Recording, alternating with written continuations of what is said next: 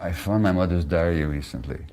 When I was 6 weeks old, and this is 1944, my mother is writing, "My poor little Gabor, you've been crying since 3 in the morning. My heart broke for you. But I couldn't pick you up to feed you until 5 o'clock because the doctors would be so angry with me because I learned to feed you on schedule rather than on demand. And I didn't want to displease the doctors.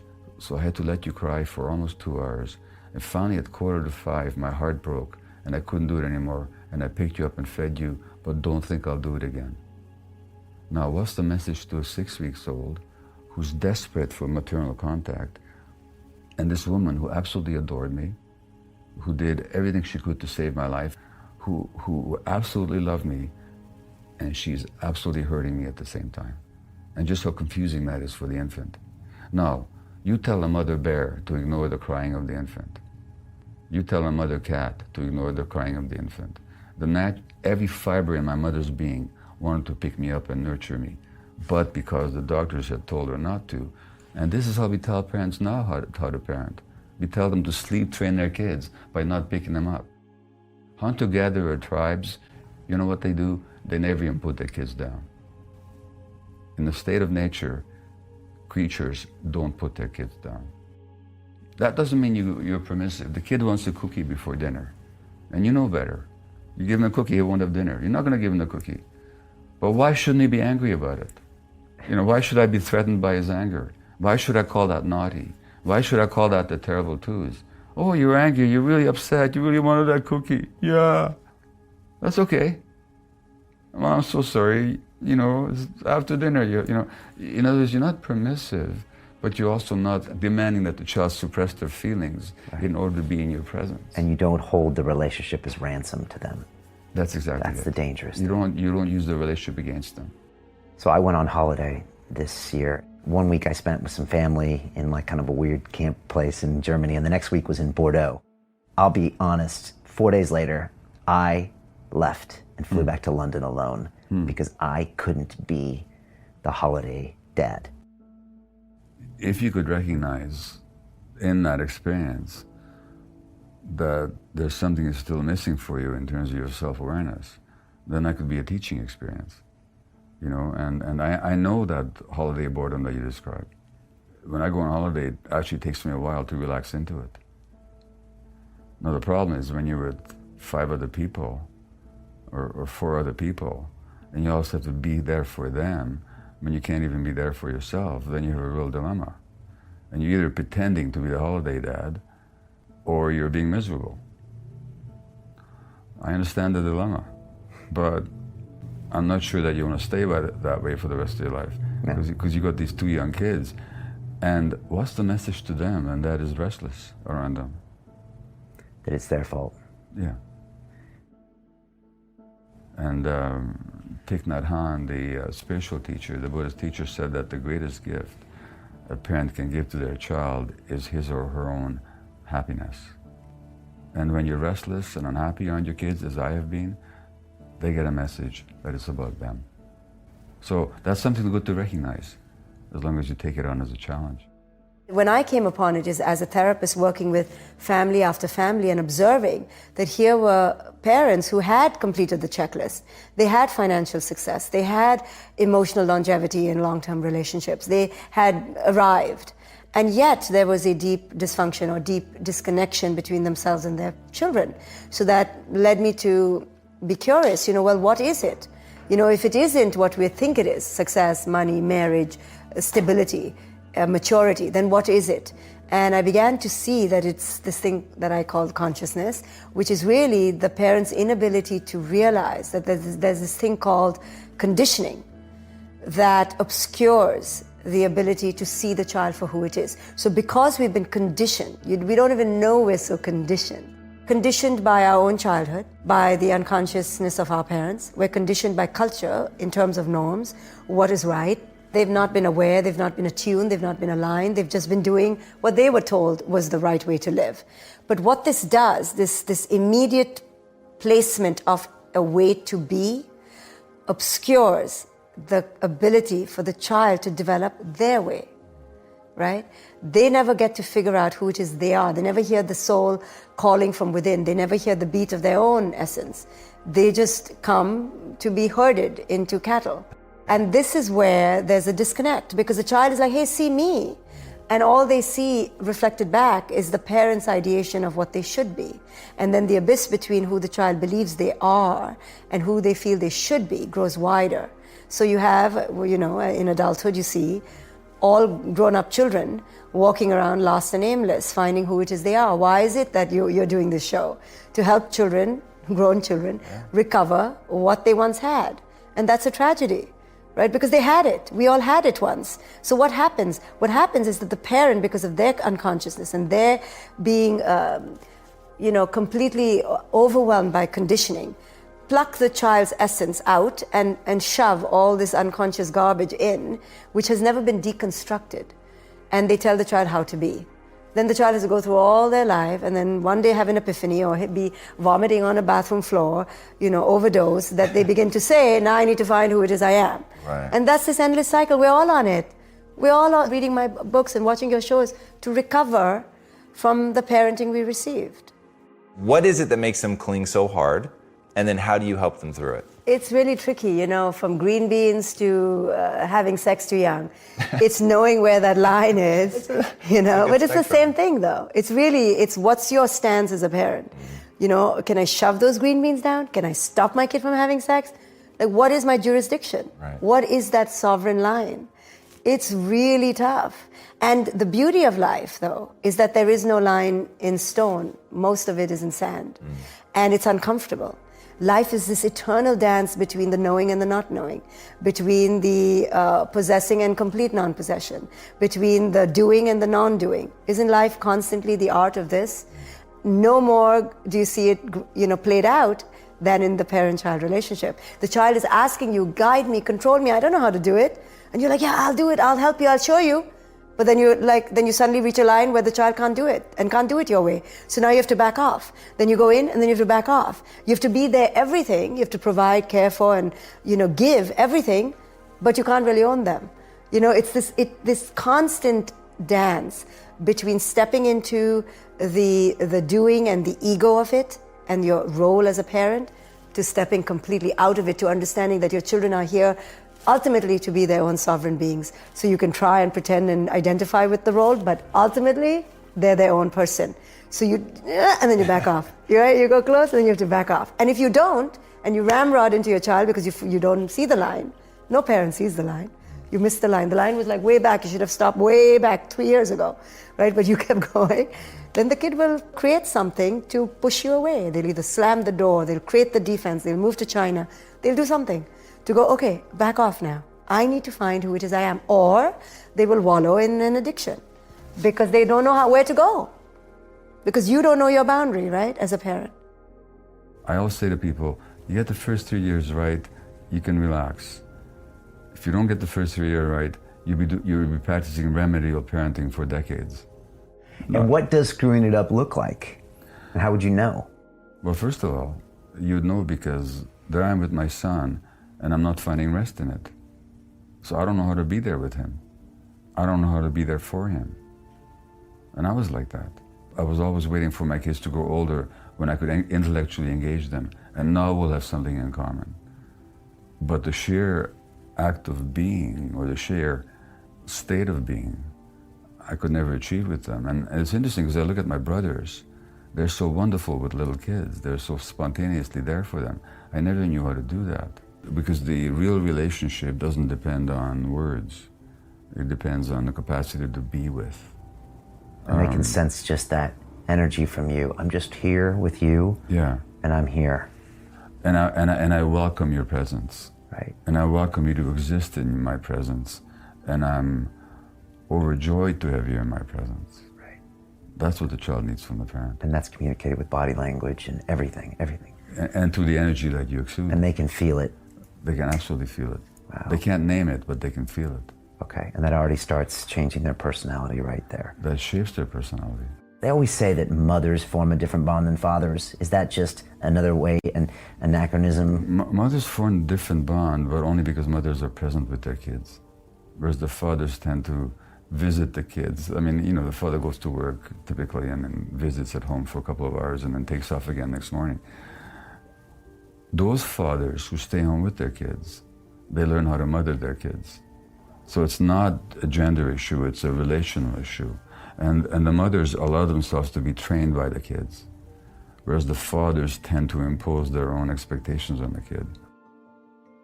This is not universal, I'm talking by and large. So those fathers who have the good fortune, like in the civilized countries where parents are given paternity leave, those fathers learn to relate to their kids in a different way than the average father somewhere else. Okay. We can be trained, but we have to be present for the training. In our culture, the children have a need to attach. They have a need to connect with somebody, because without that connection, they don't survive. And in the hunter-gatherer bands where human beings evolved, those attachments were with adults. And not just one adult or two adults, but with a whole set of nurturing adults. Now in our culture, we've deprived the kids of the parental presence for the most part. And the child's brain can't handle an attachment void where there's no attachment figure. And in the absence of the parent or the nurturing adult, the child will fill that void with the peer group. Now kids become far more peer attached than is healthy for them. And now peers become their models and their mentors and their templates for how to be, how to walk, and how to talk. And as that happens, the kids push away from the parents because they're more minded to belong to the peer group, which has different values from the parents. And the kid's brain can't handle that competition. So the brain of the child will actually choose the peer group over the parent group. And where that goes, you can see on Facebook, and you can see it in the teenage gangs, and you can see it in the increasing frustration of parents who've lost the power to parent, because parents think that their power to parent comes from the fact that they have the responsibility and the strength and the wisdom. It doesn't come from that. The power to parent comes from the desire of the child to belong to you. When the child is driven to belong to the peer group, because we've taken him out of his natural context, we lose the power to parent. What do we do then? We ratchet up the pressure, we become more authoritarian. We lose the authority, so we become authoritarian.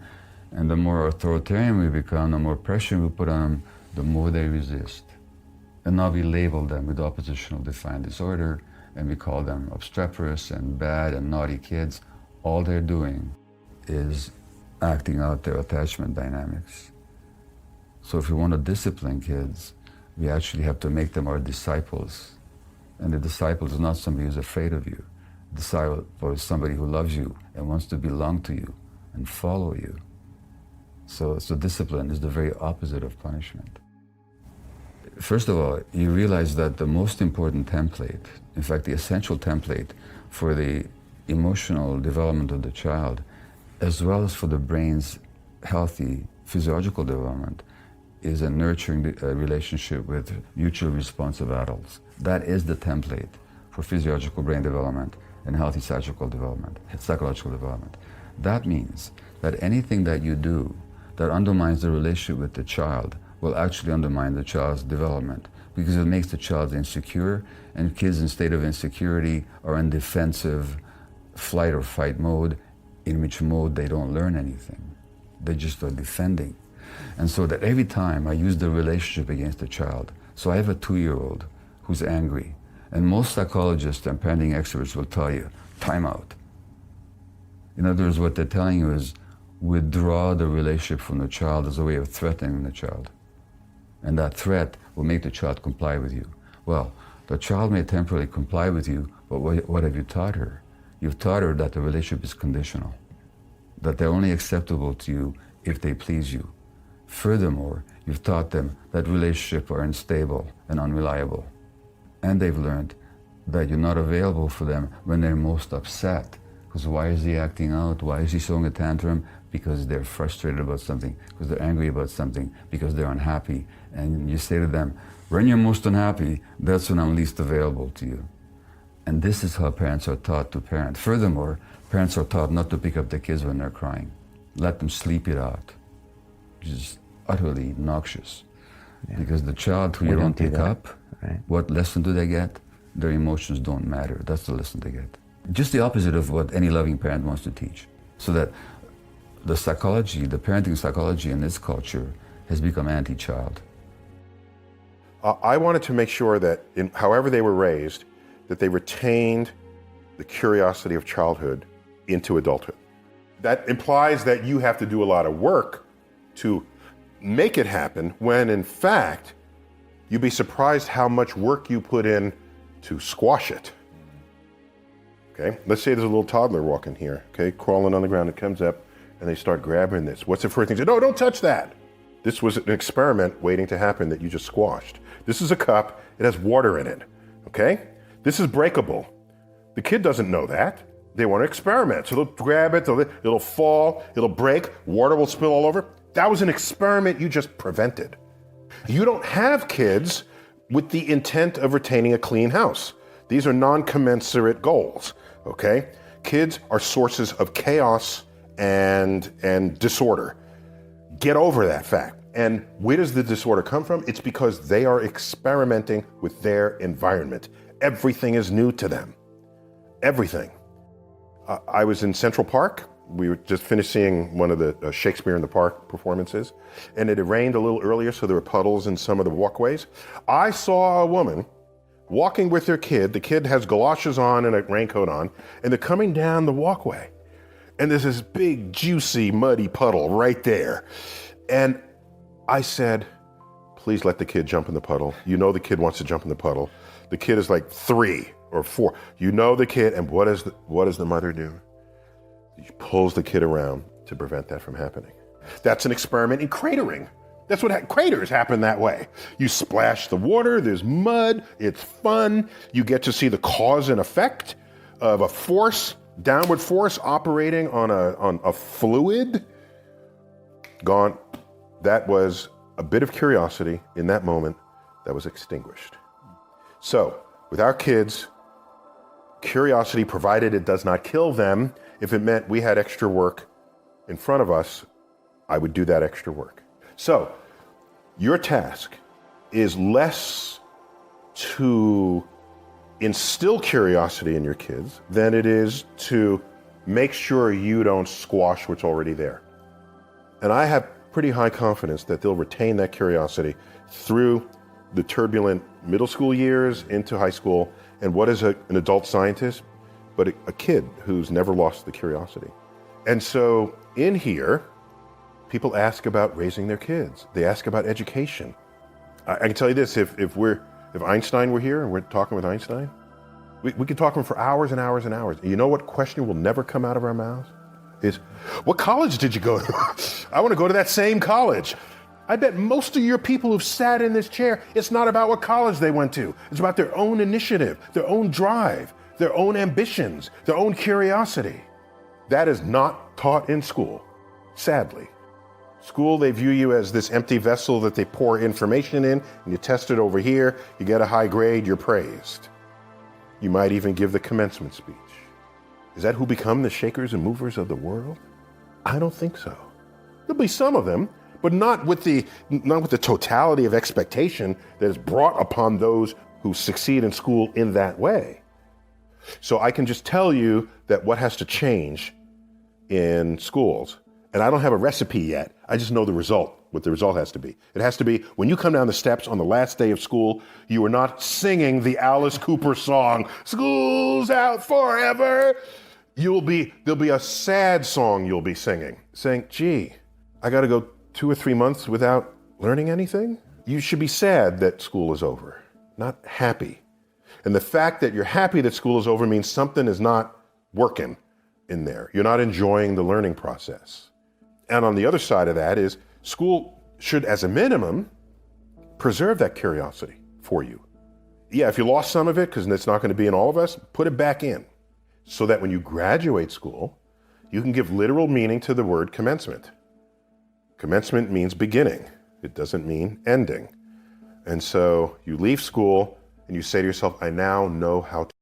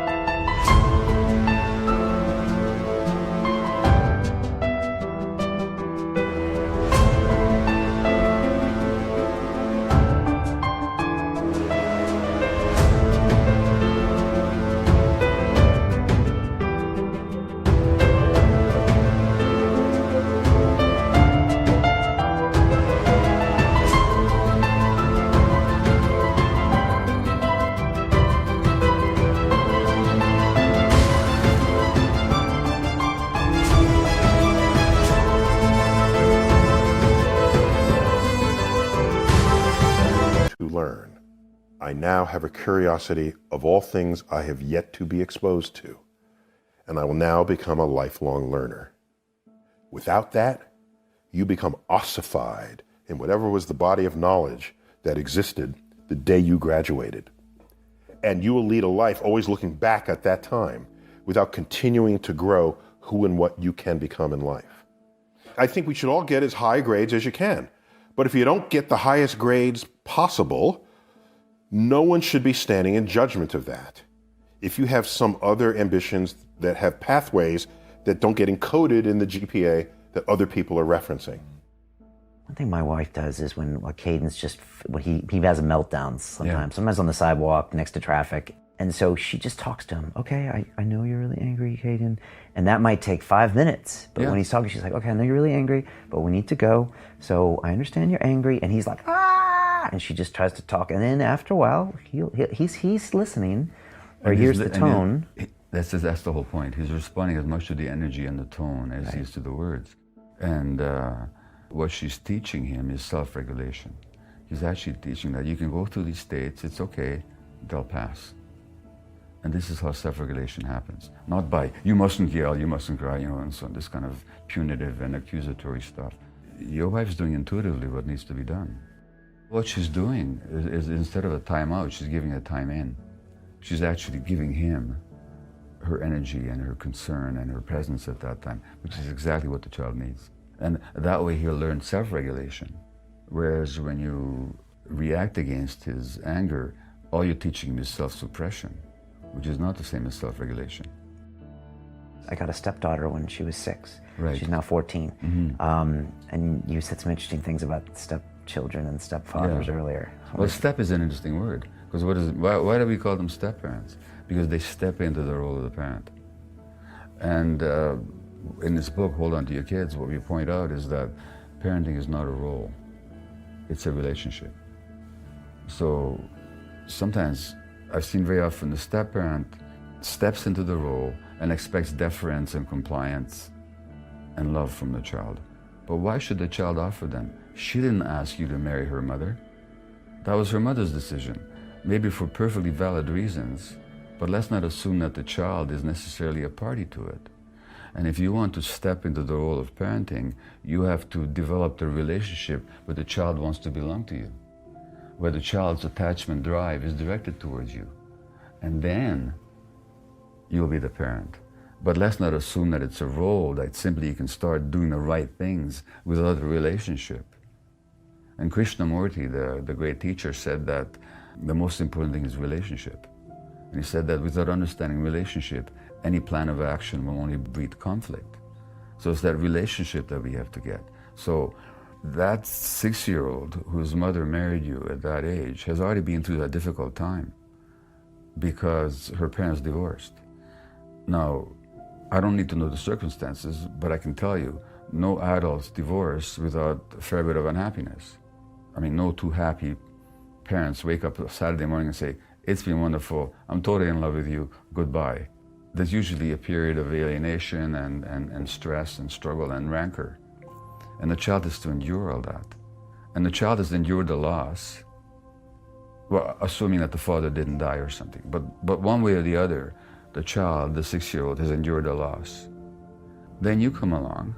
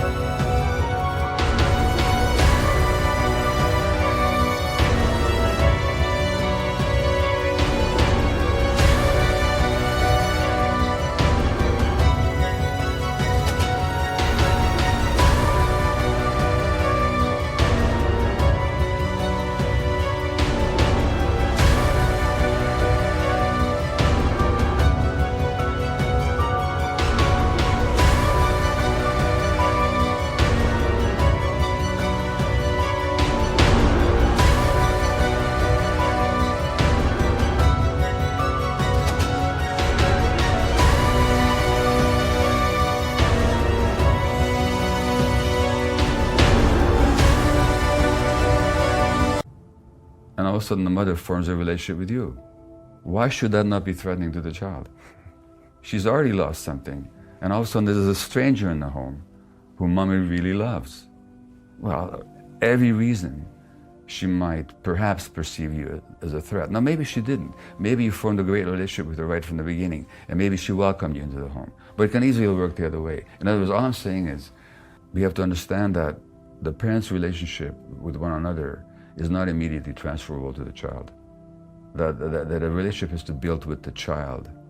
And that's what then gives you the power to parent, is the relationship that the child wants to give you and maintain with you. The power of parenting comes from the desire of the child to belong to you. And this is whether you're the step parent or the biological parent. Conscious parenting is about being attuned to who your child is at the stage they're in. So it does require knowing some psychology, and it does require knowing developmentally where your child is. You know, I always say parents become parents, they don't take a single psychology course. They don't understand development. How is that possible? There needs to be some license, no, don't you think? Like something, some qualifying exam. Horniness cannot be the only, like I was in love. No, that can't be a qualifier for raising a child. So being attuned to who your child is at their stage of development, understanding their brain, and then giving the input that's needed, of course, right? You do have a bedtime, right? You do aim for a bedtime, but you don't aim for a bedtime that's 7:34. Right? You aim for a bedtime that's between 7:30 and 9. You're working with someone who's infinitely malleable, and you're not working with a soldier or a puppet. So, but on the other hand, you do have to have a bedtime. So you understand what I'm saying? It's playing the dance of both. You create an inbuilt structure in your life, but you also don't go crazy and drive your kid nuts because now it's 8:05 and bedtime was supposed to be 7:30. Right? You do it with the art of balancing the doing with the being. And ultimately, being, as in connecting to the child, must triumph. So all too often you'll see parenting is all about the doing, all about the commands and the controls and the directives, because we feel comfortable in the knowing. But really, the precious jewel of having children is to understand that they come here to teach you how to be, especially young children. They come here to teach you how to be in the present moment. And they ask you to shed your ideas of worth and identity and success, and they ask you to recognize, can you accept me for who it is I am? And you will see most parents do not accept their children for who it is they are, because they're not good enough or great enough or fabulous enough or not some accolade enough, not a degree enough. And then I show parents that the reason they can't do this, accept their child unequivocally for who it is they are, is because they haven't accepted themselves for who it is they are. My work seems to be about the parent-child relationship, but it's really about healing the child within the parent. And in that respect, it's for every human being. I will agree. Because every human being is a child. So it's in the under the umbrella and the guise of the parent wanting to pick up the book because it's about the child. But when they pick it up and they realize this is about how they have to yet confront who it is they truly are. So to your question, how do you develop the truest self? Well, most of us have been divorced from it. This is just the tragic truth. For the reasons I said, we've been given a prescription, we've been raised through a conditioned lens, not a lens that truly honors who it is we are. So in order to now recover that, we have to peel back the layers. We have to undo all that has been done to us. So we have to re-question all that we should have never been given answers to, and we should have been allowed to discover on our own, such as, who is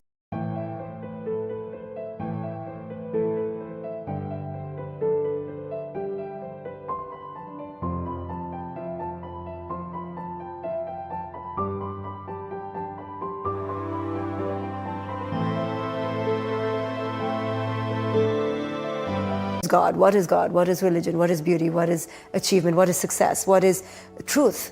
Right? Those questions, those big life questions should have been led to us, not given to us. We should have been led to discover them. They should not have been given to us packaged, because maybe they don't work for us. And it is through the discovery of those answers that we discover who it is we are. And we discover our relationship with the universe. So we are robbing our children of this valuable process by handing them this list. All we need to do really is just to guide them, and the most essential thing we need to do is discover those answers for ourselves and value the sovereign right to muddle and fumble and stumble and mess up. Because when we value it and see how much it's given us, we let our children suffer, we let our children fumble, because we know where it's going to take them, because we saw where it took us. This is the greatest lesson for parents, to realize the power of pain and our desire to fix it for our children and to control it, because we're trying to mitigate and control it for ourselves, but we've never been able to. But this is the universe's biggest lesson. You have to surrender. Life is pain. Life is unpredictable. It's a curveball. It's a crapshoot. It's an adventure. And if you don't live it, waking up every day saying, maybe this is the day I will fully give it all up and change and start anew. We're so afraid to mold the skin. So we'd much rather live in the conformity of stagnancy. As long as we remain the same, it's much easier. But life is not that. And our children come kind of ready to be that ever morphing. You look at a child crying biggest tears one moment and then gleefully excited the next. They have the capacity to morph. We rob them of this capacity. We stagnate, we rigidify them. So we need to learn from them. They live in every moment present. And whatever the present moment asks, they engage. And then they move to the next moment, ready again, new, beginner's mind. So all spiritual lessons of the mystics are ever present in this potential of this moment. And our children show us that. We're just afraid. Pain is the greatest teacher. Doesn't mean you self-flagellate and self-inflict. It just means you don't hold yourself back in the fear of it. You just live fully. What are the most important things we should be teaching young children in schools? To play fair. That's the most important thing that you can teach children. Because the fundamental ethic, like the ground of ethics, is fair play. And children practice that while they're playing. And so a lot of what should be happening in schools is play by children, a fair bit of it spontaneous, especially when they're very young, but regulated by adults so that it remains fair, right? That it remains reciprocal. And you can tell that because children will continue to play a game if they believe the game is fair. When the game stops being fair, then it breaks down into squabbling and crying, which is what our games are breaking down into right now, right? And so then you need a mediator who comes in and adjudicates, says, well, how about if you try it this way? Maybe we need to adjust the rule. Let's see if we can get the game going again. It's very important for kids to learn how to play fair. And I'm afraid that a fair bit of our electronic technology is taking them away from the kinds of social interactions that they need to learn one-on-one to know how to play fair. I might be wrong about that because I don't know what effect video games have. And the evidence that they're bad isn't strong, and they're new, so we really don't know. So that might be good enough. But that, and well, it'd be good to teach kids to read. We seem to be continually confused about whether or not that's a good idea.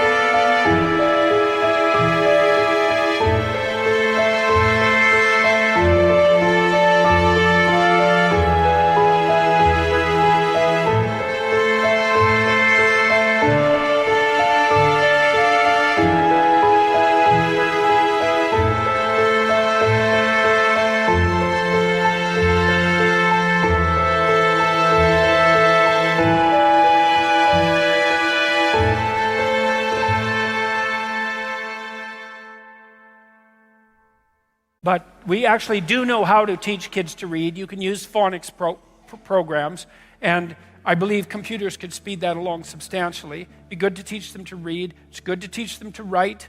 It's good to encourage them, you know. That's another thing.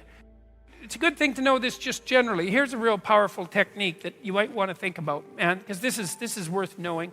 Often when you have a family member or someone that you're interacting with, and they make a mistake, then you call them out on their mistake. And it's pretty obvious when they make a mistake, because you're going along on a pathway together, and then there's a divergence from the pathway, and you notice that's negative emotion. And you say, you know, what the hell, what's going on?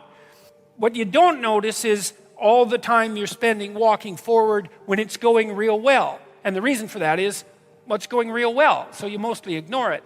But that's not so good. You got to wise up. So like if you're dealing with people in your own life, or yourself for that matter, and you notice that the person that you're with or are has done something that you would like to see repeated perhaps many times, you might want to point it out. Say, look, you know, I just saw you do this thing, and I'm really happy about that. You did a great job. I'm really happy about that. A little more of that would be wonderful, and just leave it be. And people are very thrilled about that, because and this is especially true of kids, they are looking for positive attention. They're looking for attention, period. That's their currency. They'll take negative attention if they can't get positive attention. But they really want positive attention.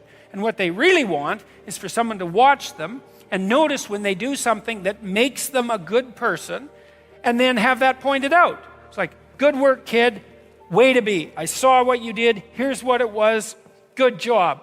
I'm sure you could do a bunch more of that. And then they're just thrilled that their action, their small child action, was important enough to draw your focused attention toward. That makes them glow. And the probability that will help them continue to act in those ways is extremely, extremely powerful. So, you know, if you're trying to get along with some kid, adolescent maybe, because they're kind of hard to get along with often, you know, watch them. And if they do something it doesn't even have to be good. It just has to be better than what they're usually doing. That, you know, which is not a bad approximation of good. You know, it's like, look, I noticed that you were more pleasant tonight at the dinner table. Or maybe that's not quite the way of phrasing it. Because it's sort of an insult to the way they are before. You might say, well, because you have to be careful, right, when you say these things, and not put a barb in it because you're kind of irritated. You might say, it was enjoyable having dinner with you tonight. And they'll kind of clue into why that might be. And they'll think, oh, well, you know, hey, it turns out to matter if I do something that's positive. And so that's a piece of information about keeping your eyes open. So what do we do with kids? Let them play. Make them play fair. That's really important. Teach them to read. That'd be good. Teach them to write. That'd be good. Teach them to stand up and speak for themselves. That would be good. You can teach a child to stand up pretty convincingly and say something intelligent in about 15 minutes if you do it carefully. And it almost never happens in school. It's really quite appalling. So that's another thing you can do for your kids, is get them to stand up and say something, and you know, not like this, while talking to the floor and barely able to hear, you know, so that people have to strain. Step 1, wake up early, gonna rise with the sun. Step 2, get some food in you. Step 3, think real hard about what you wanna be. Step 4, everybody just do your thing. Wake up, today's gonna be a good day. Wake up, today's gonna be a good day. Wake up, today's gonna be a good day. Wake up, today's gonna be a good day. Wake up, today's gonna be a good day. Wake up, today's gonna be a good day. Wake up, today's gonna be a good day. Wake up, today's gonna be a good day. Yo. Set your affirmations, aspirations. I got shit to do, the aftermath of preparation. Good food, good mood, blood in circulation.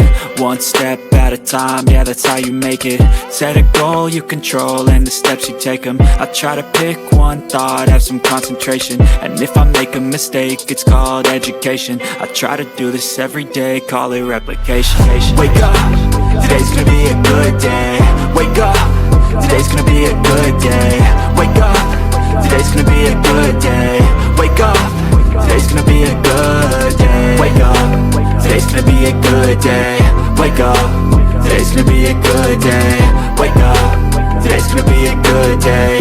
Wake up, today's gonna be a good day. So life ain't easy, yo, I think there's a reason though. Ups and downs, just like every different season, yo. Sometimes I'm high, other times I'm barely breathing, though. I always gotta fight and hide from the demons, yo. Negative thoughts are poison, they rot. Head full of flies, so here come the clouds. They'll never stop unless I can swap all the bad for the good in my head when I'm lost. Yeah, so I'ma fake it till I make it. Positive thoughts are overtaken, I got patience. One day at a time is how you operate a cadence. A flow, you grow, you show yourself a foundation. Stay away from all the shit that causes temptation. I know that I like to do it cause it's sensation. I live my life in my head like a narration. Don't expect greatness, do my best, man, I'll take it. Wake up, today's gonna be a good day. Wake up, today's gonna be a good day. Wake up, today's gonna be a good day. Wake up, today's gonna be a good day. Wake up, today's gonna be a good day. Wake up, today's gonna be a good day. Wake up, today's gonna be a good day. Wake up, today's gonna be a good day. Wake up, really gon' rise to the sun. Step 2, get some good, some food in you. Step 3, think real hard about what you wanna be. Step 4, everybody just do your thing.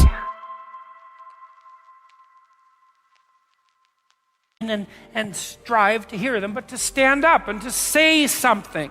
And you can tell them, well, stand up a little more, you know?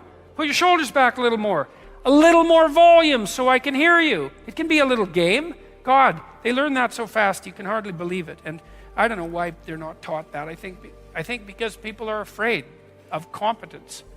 And so they're afraid to teach kids to be competent. And so we don't. And they kind of have to learn it on their own. And that's unfortunate, let's say. Say you've got a 3-year-old kid and their room is chaos, right? There's monsters are going to be coming out under the bed in no time flat unless that room gets some order in it. And so you tell the kid, clean up the room. You know, it's a mess. And you leave and you come back and the kid's like throwing Legos everywhere. They're not cleaning up. And then you think, that's a bad kid. That's a bad theory, eh? Because if you want to have a good fight with someone and destroy them, then that's what you do. You don't bother with the subtleties down here. You just go right for the jugular. It's like you're a bad, stupid kid. You've always been that way. You're hopeless. There's not a chance of teaching you anything, right? And that way you can nail the past, the present, and the future all in the same insult. You've always been a terrible person. There's no teaching you, and your future's going to be exactly the same way. Then the only thing the person can do, if you do that to them, is hit you. Because that's it. There's no coming back from that. You've boxed them completely in. So if you want to have a really unproductive argument, you go right for this. Past, present, and future, you're not a good person. Demolish their entire conceptual structure and expose them completely naked to chaos. It's like, great, you won the argument. So with the 3-year-old, maybe what you do is you say, you pick the level of analysis at which they're actually functioning, and you say, and this is something you can do if you pay attention to a kid, and lots of people won't pay attention to children because they're terrified of them.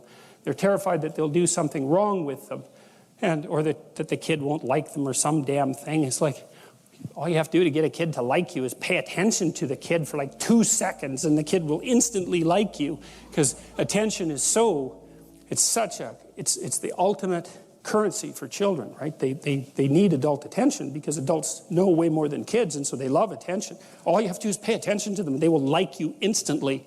So you tell the kid, you see that teddy bear? The kid goes, yes. Then you've established that the child has mastered the art of perceiving a teddy bear. Because they can say, yes, it's a complicated thing, man. It's like a 6-month-old isn't going to do that. 3-month-old has got the whole teddy bear identification subroutine automatized. So, teddy bear, yes. Can you pick it up? Yes. Pat, pat, pat. Good work. Do you see the hole on that shelf? Yes. Can you put the teddy bear in that hole? Yes. Go over and do that. Pat, pat, pat. Great. Okay, now we'll do thing number 2, thing number 3. So you're building up the micro routines of cleaning up the room from the bottom up, right? You're building it into their body because you're starting with the things they've already automatized and building upwards towards abstraction. And so once the kid has all the micro routines down, and maybe there's I don't know, how many micro routines are there to clean up your room? 200? Like a lot, but not an infinite number. So you teach them all the micro routines, and then you can say, run set of micro routines, which means clean up room, and then they can do it. They know what it means. So, but you do the building from the bottom up.